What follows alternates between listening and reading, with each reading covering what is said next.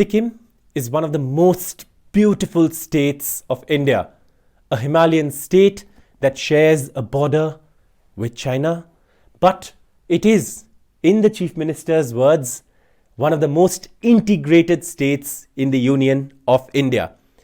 This state is celebrating 50 years of statehood, and we have the honor of speaking to the Honorable Chief Minister of Sikkim, Prem Singh Tamang sir. Sir, thank you so much for giving your time to NDTV.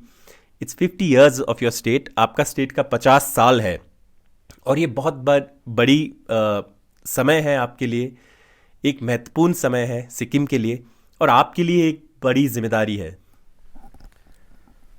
सबसे पहले तो मैं NDTV का मैं स्वागत जनाना चाहता हूँ और धन्यवाद देना चाहता हूँ कि इतना दूर से आके अपना स्वर्ण जयंती राज्य का स्वर्ण जयंती समारोह को उपलक्ष्य में आपने मेरा इंटरव्यू लेने का जो जिक्र किया, इसके लिए मैं धन्यवाद देना चाहता हूँ.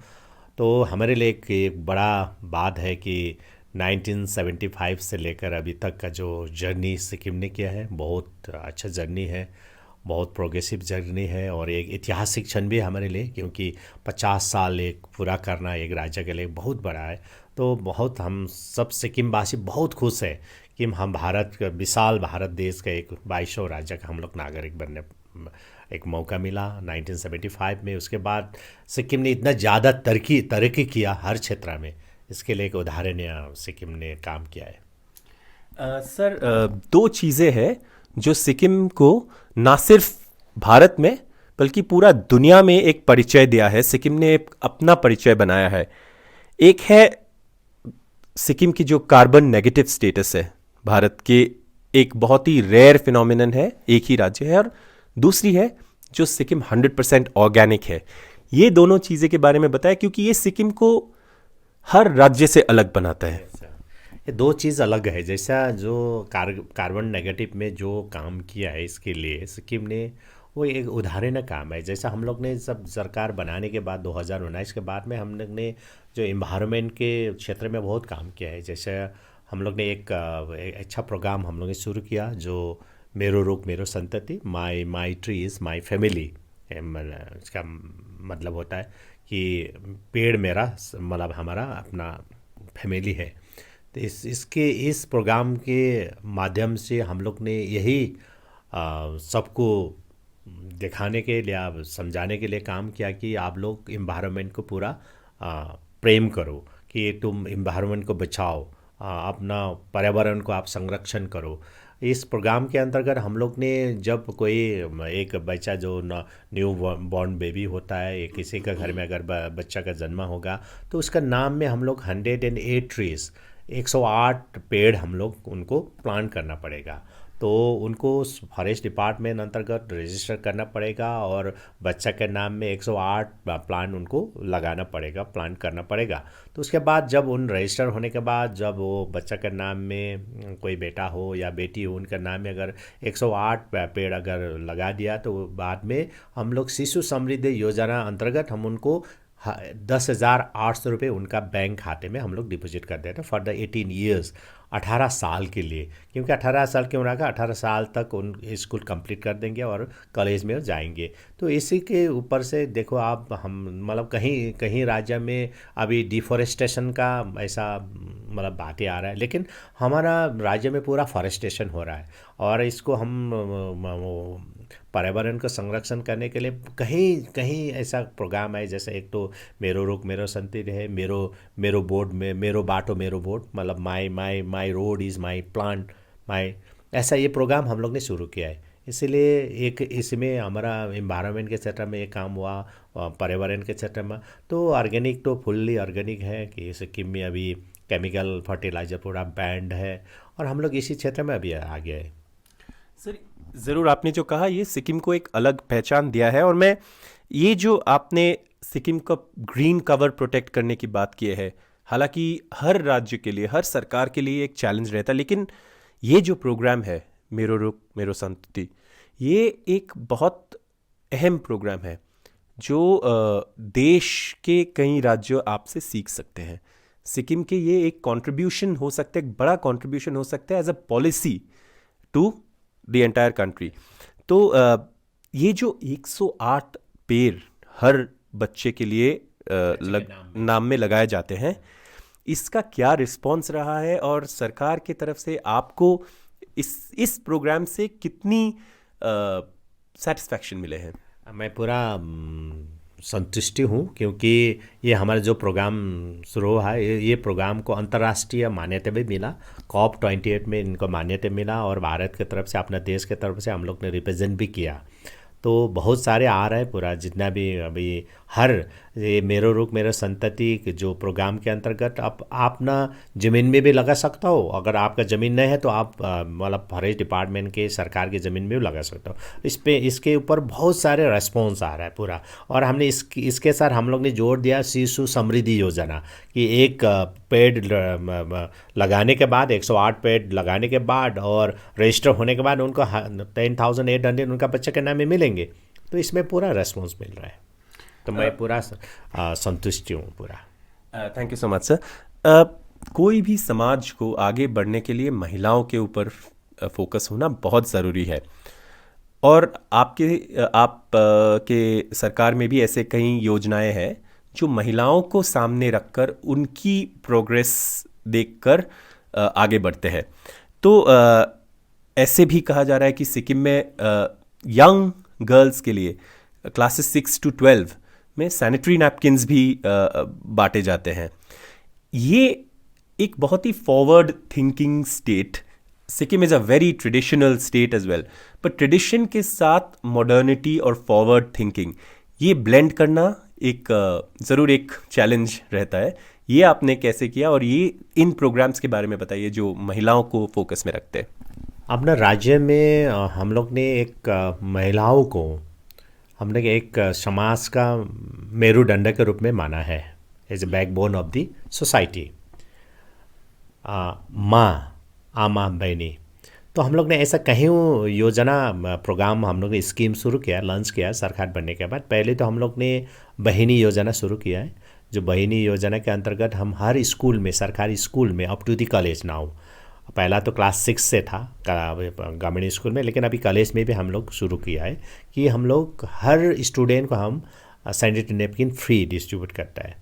तो इससे क्या होगा ना, पहला ऐसा था अगर सैनिटरी नैपकिन कोई गरीब होगा कैसा है खरीदने के लिए प्रॉब्लम होता था, लेकिन अभी ऐसा प्रॉब्लम नहीं, वो उन स्कूल से भागना नहीं पड़ता, स्कूल एब्सेंट नहीं होता। तो इसमें एक एजुकेशन सेक्टर में बढ़ावा मिला और एक इज्जत भी मिल गया उनको, एक रेस्पेक्टफुल एक। उसके बाद हम लोग ने फिर आमा योजना शुरू किया, जो BPL फैमिली में है। जो आमा मतलब एक रेस्पॉन्सिबल एक पर्सन है। आमा, माँ, mother is a very very responsible. कहीं भी अगर घर में कोई भी समस्या आएंगे तो सब बोलेंगे माँ करो। और कोई अपना बच्चे को अगर एडमिशन स्कूल में करेंगे तो माँ जाओ एडमिशन। और कहीं भी पैसा का कमी हो, अगर उनको बजट में कमी हो तो माँ आप करो, अरेंजमेंट करो। और कहीं इमरजेंसी आ गए, किसी का बीमार हो गया बच्चे का, तो माँ आप जाओ लेकर जाओ। तो माँ ही सोचना पड़ता था ना समाज में, घर में। इसलिए हम लोग ने आमा योजना शुरू किया माँ के नाम में। तो इस योजना अंतर्गत हम लोग हर साल एक माँ के नाम में हम लोग 40,000 हम लोग उनको फाइनेंशियल सपोर्ट देता है। 40,000 पर ईयर पर मदर। जो BPL है उनका एज है 40 to 60, क्योंकि 40 तक तो 40 ईयर्स तक तो उनको सरकारी नौकरी मिल सकता है यहाँ पर सिक्किम में।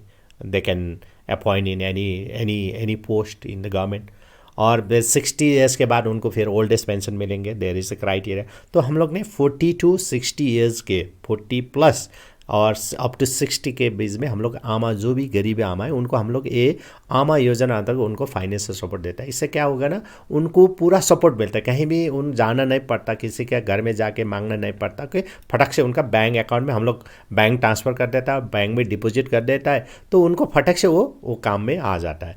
और इतना भी नहीं, बस हम लोग बस 40,000 उनको देता नहीं, लेकिन उनका जो भी माँ सिक्किम भर में जो माँ सबसे ज़्यादा ट्रांजैक्शन करेंगे वो पैसा, वो जो फंड को, जो 40,000 गवर्नमेंट ने दिया और वो भी कमा के उनको डिपॉजिट किया। और डिपॉजिट हैबिट बढ़ाने के लिए भी ये स्कीम शुरू किया कि आप लोग बैंक में आपको डिपॉजिट हैबिट बनाओ। आप अगर जितना ज़्यादा निकालेंगे, डिपॉजिट करेंगे, आपको कमा के करेंगे, कोई MG नरेगा में काम करेंगी माँ, तो वो भी कमा के वो डिपॉजिट करो, आपको डिपॉजिट हैबिट बढ़ाना। और जो सिक्किम में सबसे ज़्यादा डिपॉजिट करेंगे या विड्रॉ करेंगे, ट्रांजैक्शन ज़्यादा करेंगे, उनको हम लोग ने एक अवार्ड भी दिया है कि हर साल 3 लाख रुपए पर मदर को देंगे। तो फर्स्ट सेकंड थर्ड को 3 लाख फर्स्ट को, और दूसरी को फिर 2 लाख, और तीसरी को 1 लाख, तो उनका अकाउंट में जाएंगे। तो ऐसा करने से क्या होगा, कोई भी छोटा मोटा समस्या अगर मिले, एडमिशन करे, कहीं भी इमरजेंसी पड़े, तो उनको इसी से काम आएंगे, ये है। और दूसरी हमारा जैसा नारी आमा सशक्तिकरण योजना, हम लोग साल में बीपीएल फैमिली को हम लोग 4 सिलेंडर फ्री दे रहा है, एलपीजी सिलेंडर, तो उनको सपोर्ट में 4 ईयरली एक माँ को हम लोग 4 सिलेंडर, क्योंकि माँ ही तो खाना पकाना उनका काम है, माँ खाना पकाएंगे, सबको खिलाएंगे, तो हम लोग उनको 4 सिलेंडर फ्री सिलेंडर, उनका कॉस्ट हम दे रहा है। फॉर ईयर हम लोग वी आर गिविंग 4400 रुपीज़, क्योंकि अभी हमारा अभी यहाँ का रेट है 1050 रुपीज़, लेकिन हम लोग ने 1100 पर सिलेंडर, तो 4 सिलेंडर का 4400 हम लोग हर माँ को दे रहे हैं ऐसा। और एक है, हम लोग ने माँ जितना भी हमारा जो नारियों को आगे बढ़ाने के लिए, जो हमारे जितना भी लेडीज़ को आगे बढ़ने दे रहे, उनको हम लोग ने ऐसा किया कि जो कंस्ट्रक्शन वर्क में भी जो कॉन्ट्रैक्टर जॉब है, उसमें आगे बढ़ाने के लिए अप टू दी 10 करोड़ तक किसी माँ को टीडीआर भरने का ज़रूरत नहीं। तो दूसरे को लगेंगे, जो मेल कॉन्ट्रैक्टर को लगेंगे, लेकिन फीमेल कॉन्ट्रैक्टर को वहाँ पर ज़रूरत है। अप टू 10 करोड़ उनको एक भी पैसा नहीं लगेंगे, लेकिन up to 10 crore to 20 crore उनको 50% लगेंगे। तो कंपटीशन में आने के लिए वो विदाउट एनी टीडीआर वो बैठ सकती है, बस उनको चाहे इनलिस्टमेंट चाहिए, बस इनलिस्टेड कॉन्ट्रैक्टर होना चाहिए। तो ऐसा कारण, और फिर हम लोग ने पंचायत में 50% रिजर्वेशन है पंचायत में, और हमारा जॉब में 33% रिजर्वेशन है, तो ताकि हमारा समाज में हमारा नारी आगे बढ़े। तो अगर नारी आगे बढ़ेंगे तो वो समाज सशक्त बन जाएगा। हमारे यही सोच होने के कारण हम लोग ने ये प्रोग्राम हम लोग ने शुरू किया है। सर एक और सवाल है, हर राज्य के लिए जॉब्स, नौकरी क्रिएट करना बहुत एक बड़ा चैलेंज रहता है। आपने मैंने सुना एक स्कीम है कि यहाँ पे एक सबैटिकल पॉलिसी है, जहाँ आप सबैटिकल लीव पॉलिसी है जो एंटरप्रेन्योर्स को इनकरेज करते हैं।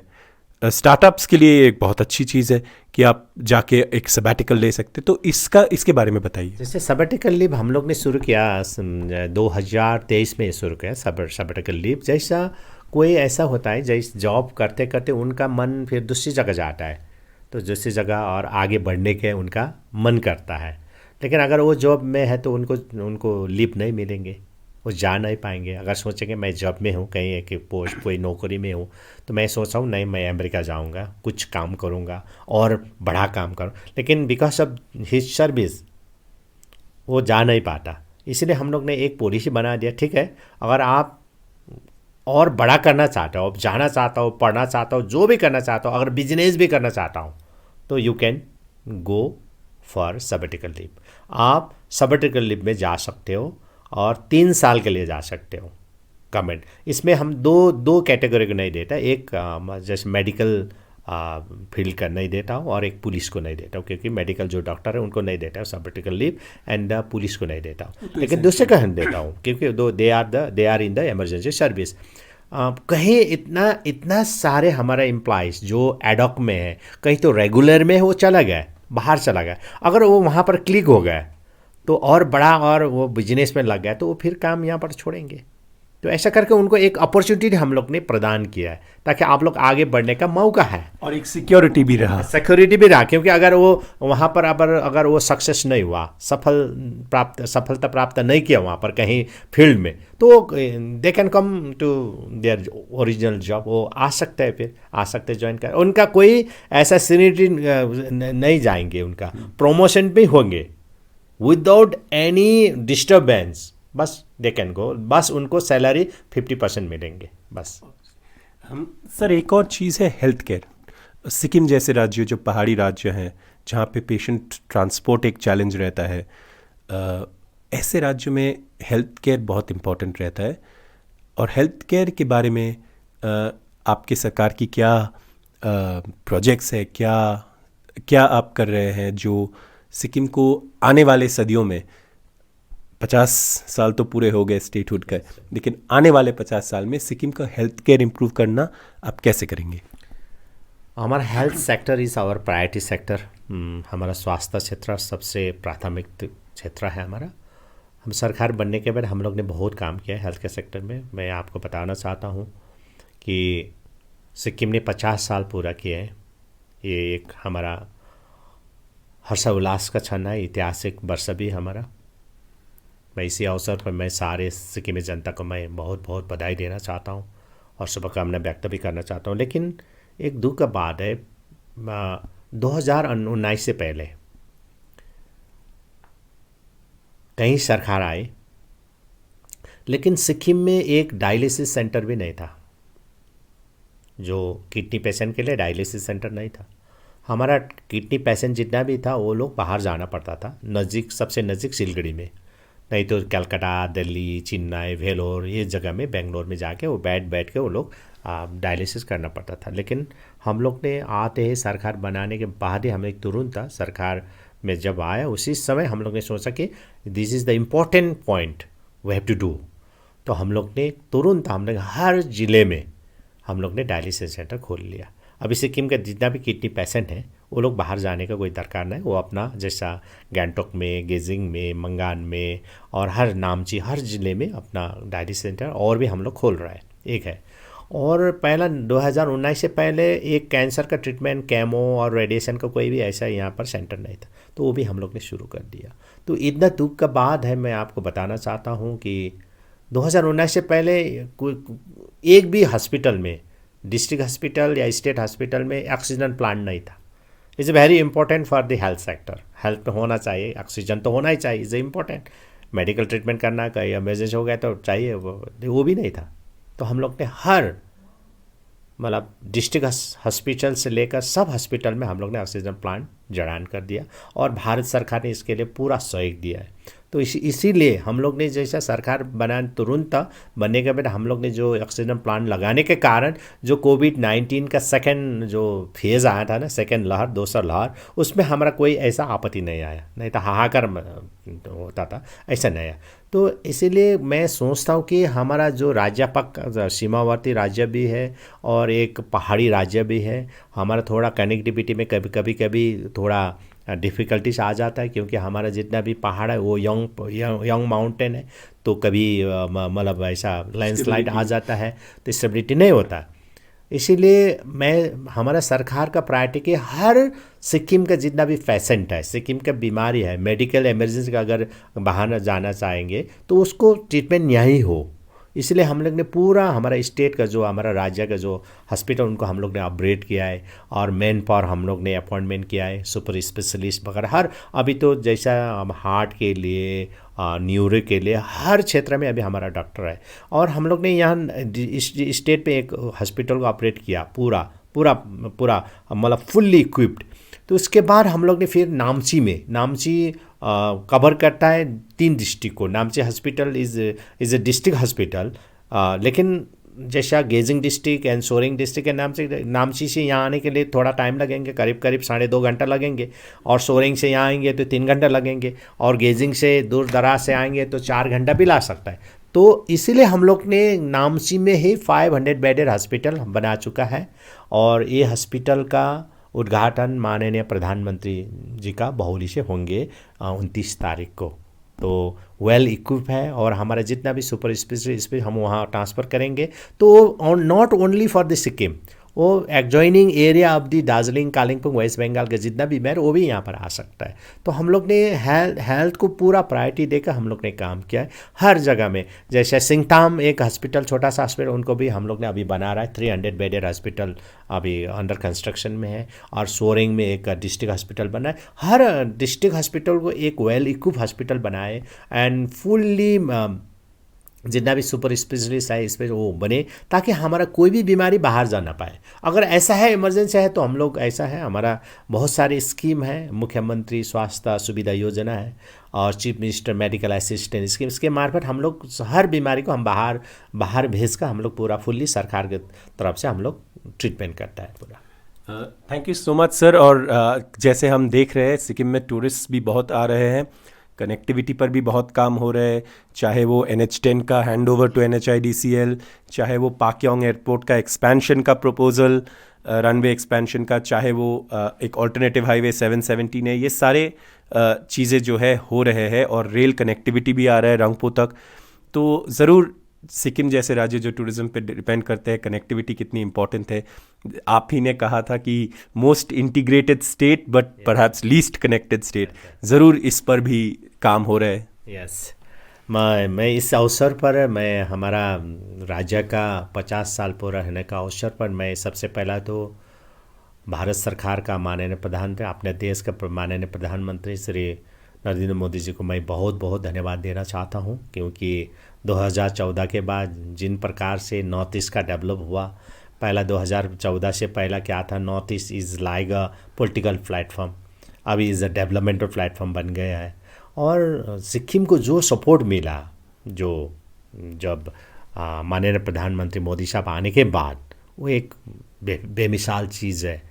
तो अभी जो कनेक्टिविटी का थोड़ा सा प्रॉब्लम था, लेकिन अभी इसका भी सॉल्व हो गया, क्योंकि जो NH10 था, वो NH10 पश्चिम बंगाल राज्य सरकार के अधीनस्थ था, लेकिन मैंने बातें रखें और माननीय प्रधानमंत्री के द्वारा इसका भी अभी now is hand over to the NHIDCL, national highway को हैंड ओवर हो गया। अभी पूरा काम हो चुका है, और उसके बावजूद भी जो अगले साल से 2026 से जो ट्रेन शुरू होने जा रहा है, ये हमारे लिए एक बहुत बड़ा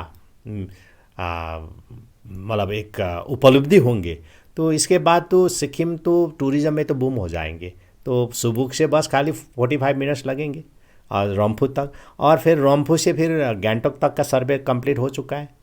तो फिर वो बनने के बाद फिर और बम हो जाएंगे, और फिर गैंगटॉक से फिर नथुला तक, क्योंकि इस नेशनल सिक्योरिटी को भी ध्यान में रख के। और साउथ सिक्किम में भी शायद एक, और एक मल्ली से लेकर हमारा देंताम तक, देंताम मतलब is a border of the Nepal, तो इसका भी अभी सर्वे के लिए काम हो रहा है। तो एक बड़ा सा एक डेवलपमेंट है। इसके लिए मैं भारत सरकार को मैं बहुत बहुत धन्यवाद देना चाहता हूँ। Thank you so much for speaking to NDTV sir, and wishing the state of Sikkim, wishing you, and wishing all the people of Sikkim on behalf of all the viewers of NDTV a very, very happy celebration for the 50 years of statehood of Sikkim. Thank you so much. Thank you.